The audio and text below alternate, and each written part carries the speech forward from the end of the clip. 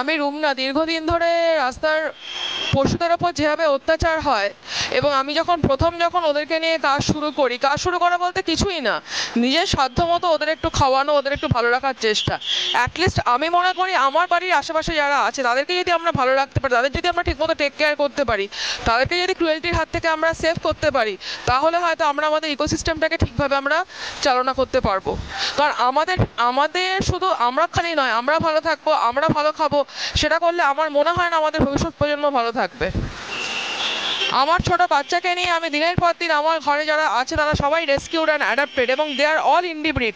এবং আমার পাড়ার তো টোটাল আমি 41 জন কুকুর বিড়াল মিলে সবাইকে আমি ডেলি ফিড করাই, ঠিক আছে? এবং কোথাও একটা সত্যিকারের মানসিক শান্তি পাওয়া যায় যখন দেখি ওরা সবাই খেয়ে দিয়ে ভালো আছে। কিছুদিন আগে আমার সাথে একটা এরকম ঘটনা ঘটেছে।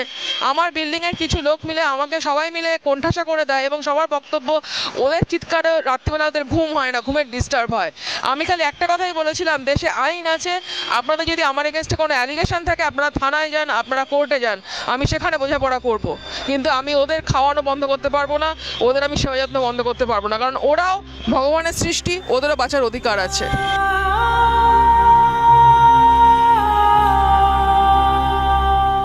আমার ছেলে কীভাবে ছোট থেকে বড় হয়েছে, এবং আমি একটা জিনিস সবথেকে আমার যেটা খারাপ লাগে, যে বাবা মারা প্রথম থেকে অকারণে বাচ্চাদের মনে ভয় দেখানো শুরু করে, ভয় ঢোকানোটা শুরু করে, প্যানিক তৈরি করা শুরু করে, যেটা আমার সবথেকে বেশি খারাপ লাগে। তারা হয়তো স্কুলের বইতে পড়াচ্ছে ডগ সবথেকে বেশি ভালো বন্ধু, কুকুরের মধ্যে বিশ্বস্ত প্রাণী হয় না, কিন্তু তারাই আবার রাস্তা বেরিয়ে বাচ্চাকে বলছে এই হাত দিবি না কামড়ে দেবে, কাছে যাবি না কামড়ে দেবে, মানে অকারণে তাদেরকে একটা প্যানিক তৈরি করা, যেটার এগেনস্টে আমি প্রথম থেকে লড়াই করেছি, এবং আমার বাচ্চাকে সাথে নিয়ে আমি লড়াইটা করেছি।